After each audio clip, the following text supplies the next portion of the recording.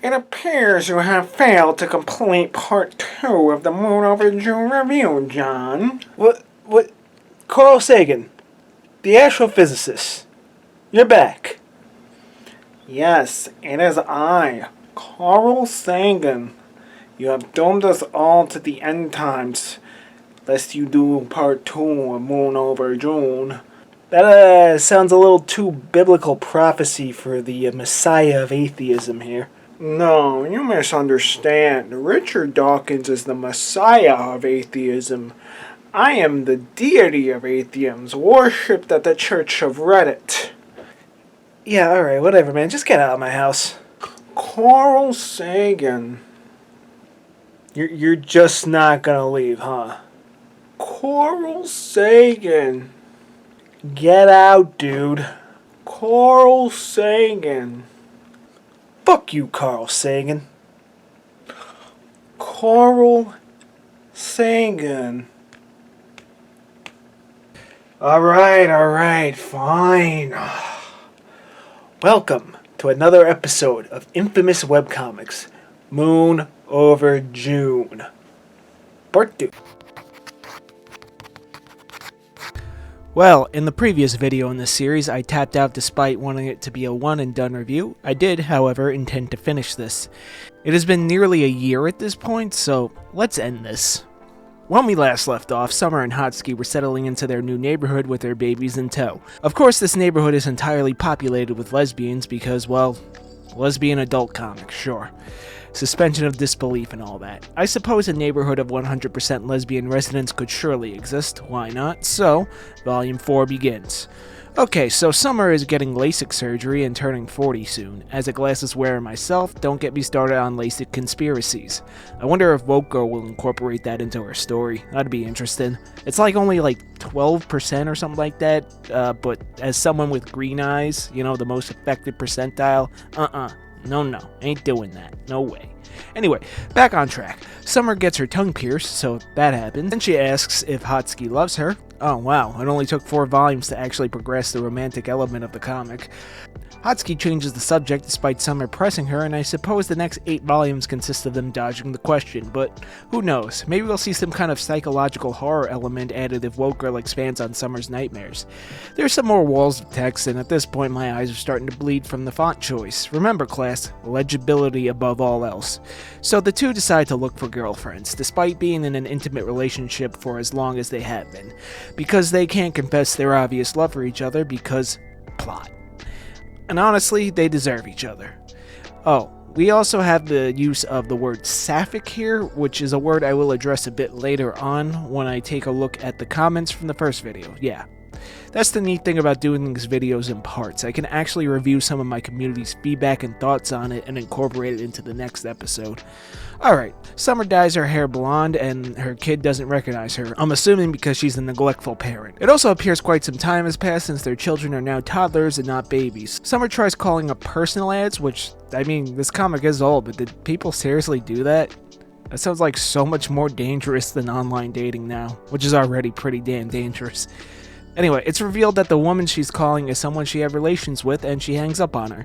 Awesome. Bitch got what she deserved. Who is this woman? Who cares? I don't remember. Hotsky and Summer screwed thousands of women throughout this story. I simply edited it down to give you a more concise summary. Seriously, you will not believe how much screwing I cut out of the last video. Speaking of which, there's always the conflict in reviewing a story of, well, when to stop summarizing. Like when do I give thoughts of my own and when do I describe the plot? It's always an interesting dichotomy, the review format. Some people like the reviews that are literally just plot summaries. I have a tendency to try to avoid that. I do want to give my unfiltered thoughts on what I've read, and I have read some of the worst. Moon Over June, at least at this point, it's not great, but ever since giving my first impressions of all the entries on the extraordinarily long webcomics iceberg, it's high art compared to some of the bottom of the barrel. And yes, I will be revisiting a lot of those soon in the future. I'm going to focus more on the comic reviews since you guys like them so much. And I like doing them. Just, some of them are just Moon over June, you know? Anyway, I am writing this review as I progress through the story, but my predictions for the ending are that Summer and Hatsuki give up on looking for girlfriends and end up together as horrible sex addict, neglectful parents, because, as stated prior, they deserve each other. Those poor kids. I should note that Hatsuki is hit on by an Indian woman in a club. How do I know that she's Indian? Well, she has the red dot. Clearly, Woke Girl didn't do much research because the dot means she's married. That's what that's for, by the way. Bit of an oversight there. Moving on. So, Summer continues to be horrible. Very horrible. So for now, Hatsuki ends up with that Indian woman whose name is Danny and who's a huge fan of her work in the adult film industry, and Summer ends up with a woman named Lily who's revealed to be closeted. It's also explained that Danny's dot is meant to represent the third eye in Buddhism, despite culturally meaning marriage in India. I suppose you could just get it for that, but whatever, who cares? It's the plot of Moon over fucking June. Of course, these relationships are not working out. Summer and Hatsuki clearly love each other, but won't be honest with their feelings because plot. Summer and her new girlfriend have sex in public, literally committing a crime, and Hatsuki finds out about this and nothing comes of it. I really don't want to see how Woke Girl stretches this boring plot out to 12 volumes, especially since this is only volume 4. So it seems that Summer decloseting Lily via public sex has turned it... Jesus, that's a fucking sentence. Okay, let's try that again. So it seems that Summer decloseting Lily via public sex has turned doing it out in the open into a fetish for Lily, and she just wants to do it everywhere.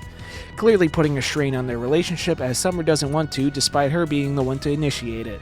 I'm glad it blew up in her face. That's what you get, bitch. I fucking hate Summer so goddamn much. Worst character in fiction. Alright, so... Volume 4 story arc ends with Lily and Danny getting arrested for having sex in public. Yep, both Summer's and Hatsuki's girlfriends cheated on them with each other. So they at least bail their girlfriends out, but Lily and Danny end up together and Summer and Hatsuki are back to square one, restoring the status quo. Summer even goes back to full ginger to signify the reset.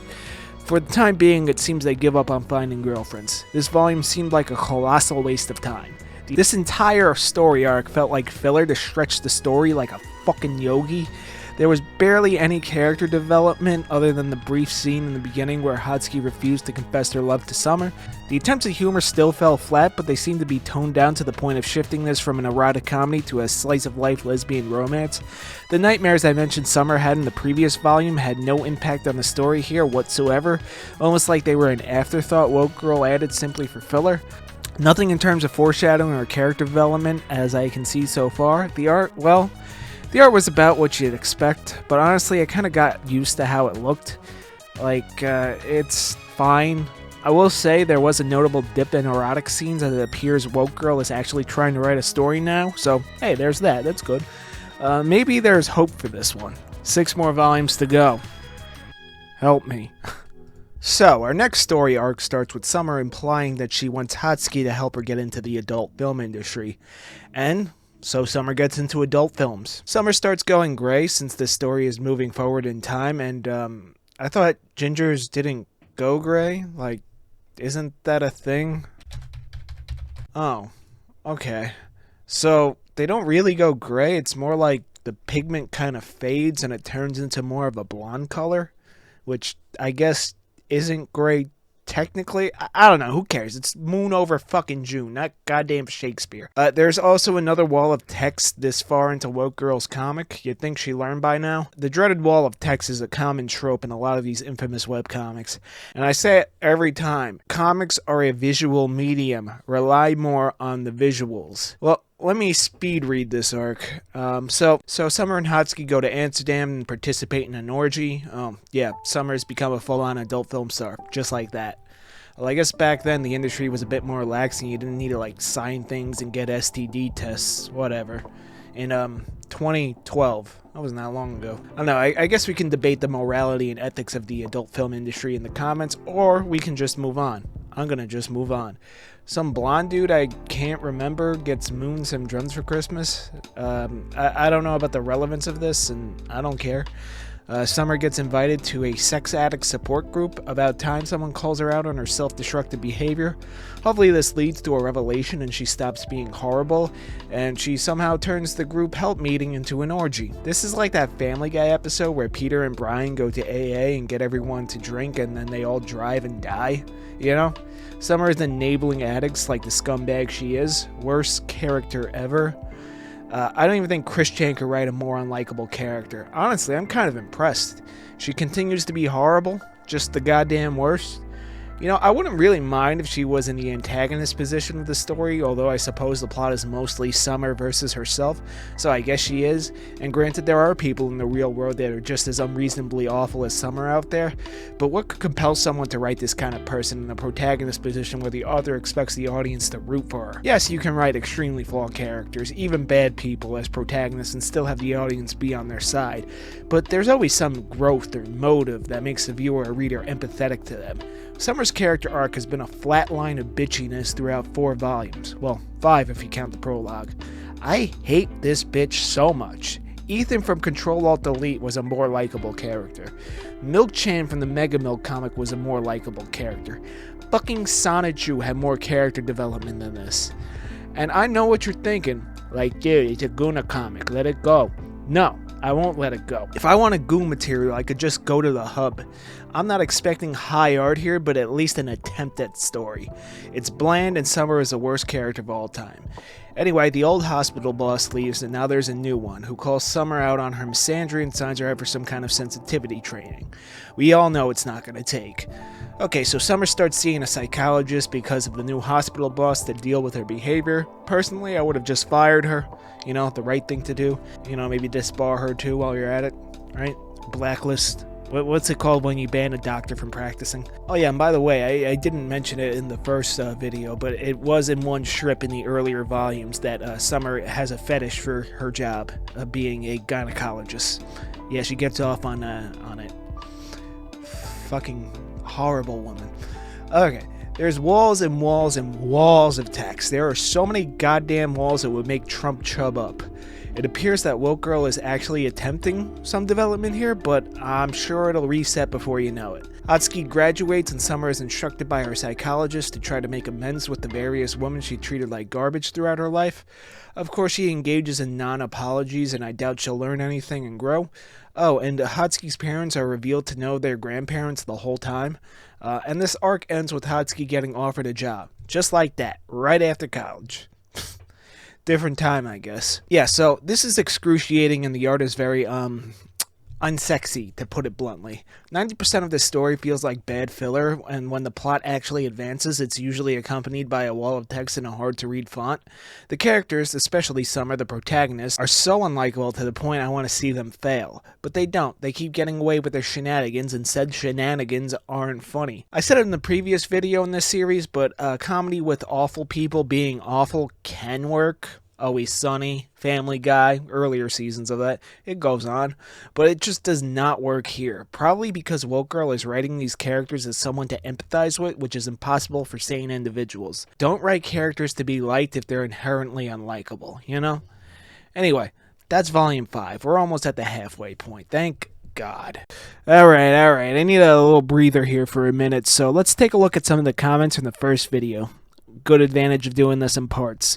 One thing to address is that a lot of you guys seem to be debating whether or not Woke Girl was actually a woman, or perhaps transgendered, or maybe just pretending to be female online. I don't know. There really isn't much to go on. She seems to be working anonymously under this pen name. There's not much out there. They go by the feminine sounding Woke Girl, so I will continue to use she, her pronouns because I got no problem calling people what they want to be called, you know? Simple as. Also, there was this one comment that kind of bugged me a little bit. It seemed antagonistic of my realization of the demonization of the Christian/Catholic Church. That's an obvious trope of the LGBT comics. I've read a few of them, you know, LGBT comics, or at least some of a few, via the Webcomics iceberg, and it's a very prominent addition to many of these stories. All I was saying is that it's not always true. Sure, there's scumbags like the Westboro Baptist Church, but there are also priests wearing friggin' pride flags these days too. It just seems like a gross generalization of an entire group due to the actions of a few. You know, like not every gay person is Jeffrey Dahmer, you know?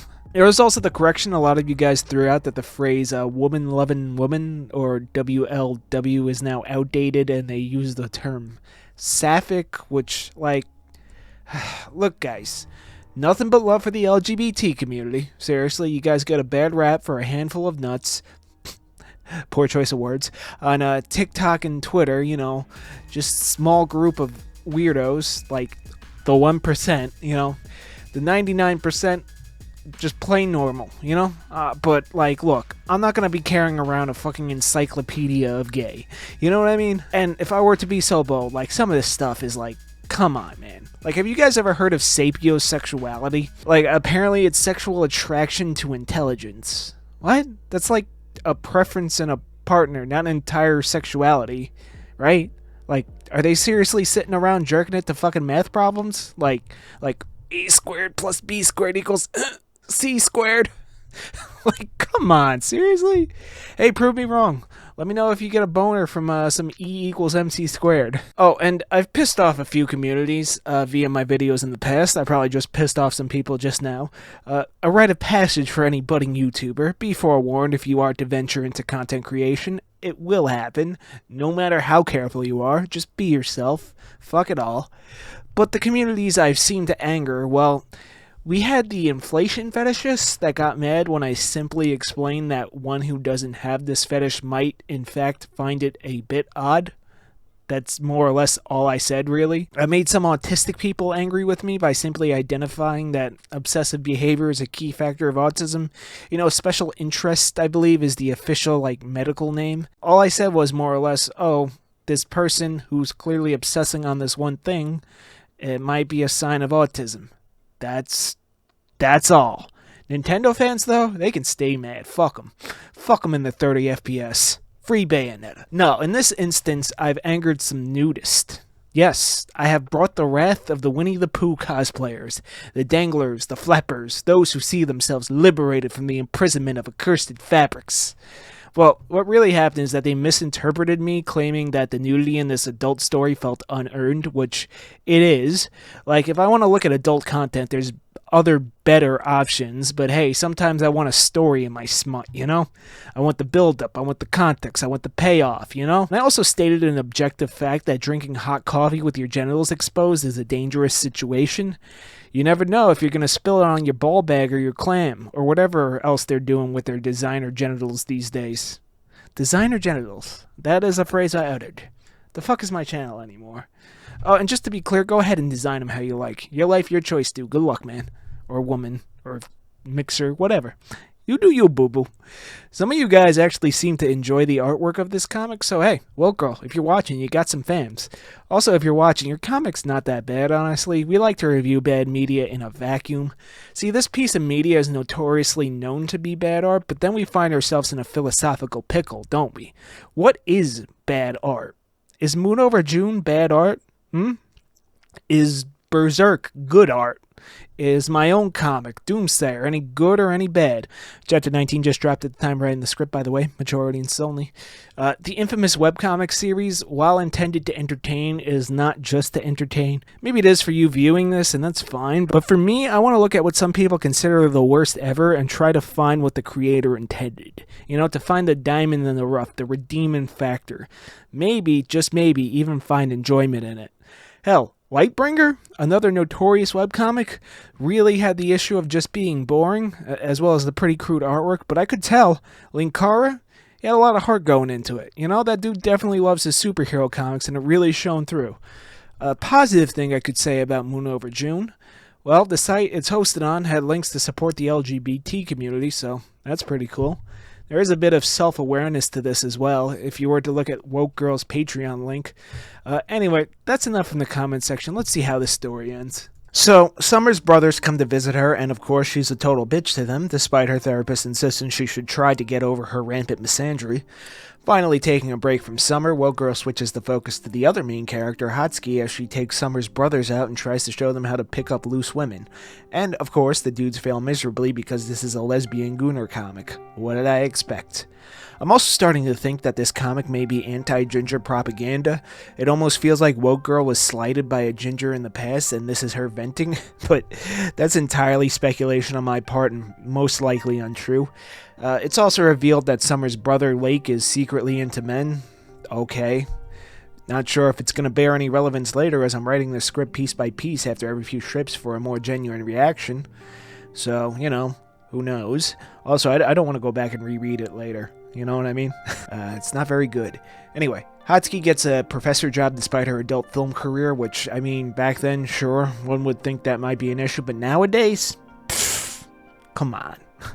Your professor probably has an OF. Summer makes a little bit of progress in her anti-misandry therapy when she realizes that manipulating men can be disguised as being nice and plans to use this to her advantage.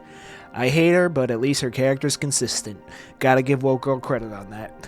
Hatsuki starts her job as a professor, and of course, one of her students immediately recognizes her from her adult film career. Will it be an issue? Who knows? This is a Gooner comic that never seems to end. Summer's birthday comes and goes, and Hatsuki gets her adult film colleagues to, participate in a, group scene for her. It's pretty grotesquely drawn and goes on for like 20 strips. I gotta say, if any of you guys are on that like nofap and struggling, just pull up Moon Over June. It'll make you asexual, bro. No offense to any actual asexuals. So Summer bumps into her ex, I think. I don't remember because I had to take a long break from reading this comic between volumes. Anyway, some chick named Shay, that's who she is. Was that her girlfriend for a little bit, or was that one of her quadruple-digit one-night stands? At this rate, I'm surprised neither of them caught anything. Anyway, Shay says she's married to a man now and tries to convince Summer to have an affair with her, and of course, Summer being Summer, she does it, and then, they have a threesome, and, they get divorced in the middle of it. And it just goes on and on. Summer is horrible. Hatsuki tries to balance her adult film career with her professorship, and there seems to be no end in sight. I don't want to do this anymore. Despite what that cornball Carl Sagan has to say, in that little bit, I just can't, bro. I'm about halfway through it, but it drags. Oh my god, it drags. The entire girlfriends arc was essentially filler. I'm sure the story is just going to be these two women being awful to each other and everyone around them until they confess their apparent love for each other. Let's jump into the last strip, which I can't show you. That's exactly what happens. But just for the sake of conclusivity, and for the sake of me just wanting to move on from this exceedingly long comic I don't want to read, let's ask ChatGPT. And ChatGPT says it's unfinished. I think it's finished. I'm certainly finished.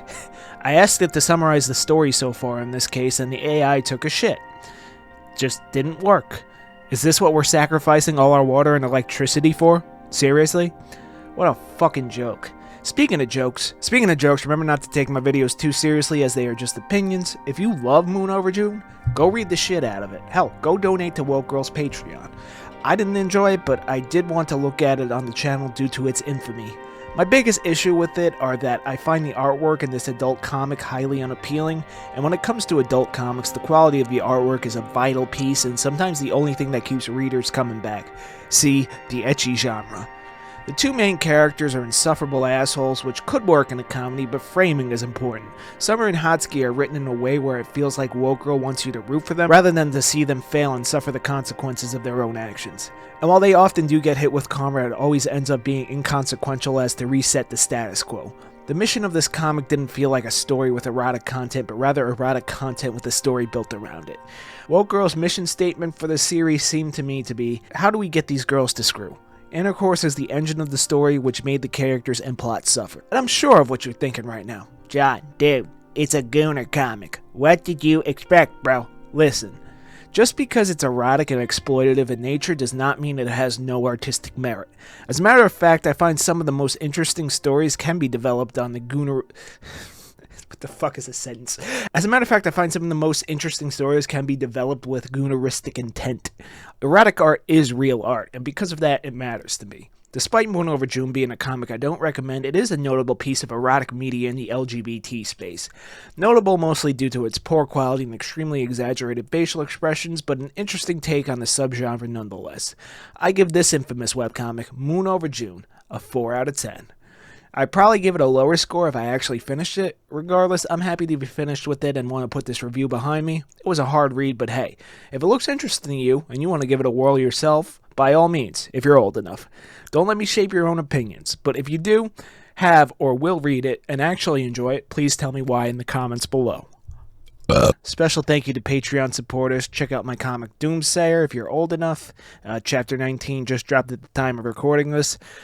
Drop in the Discord. Come say hi. Share some art. If you want to send me anything directly, content suggestions, feedback, hate mail, fan art, ship posts, fan fiction, whatever, drop me a line at deviantartsubmissions@gmail.com. Like, comment, subscribe, and hype. Yeah, I really don't know how that feature works, but it would be quite kind of you to do so. Who knows? It'll probably be outdated soon. Remember the star ratings from back in the day? I wish they bring that back. Anyway, for all the rest of you, thank you for watching this video. Until next time.